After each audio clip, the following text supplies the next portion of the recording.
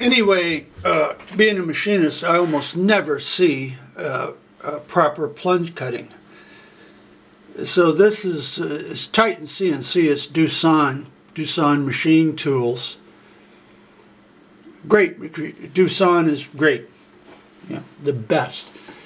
But this is Titans of CNC, and I actually haven't seen this before. Proper plunge cutting. It's not that proper.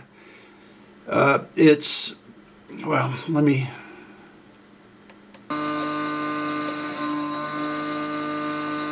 Okay, now Titans of CNC, there's the guys, but this cutter is going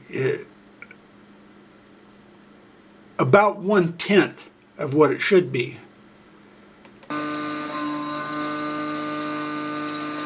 About 1/10, if not more. That cutter should have been slamming down there so fast you wouldn't believe it.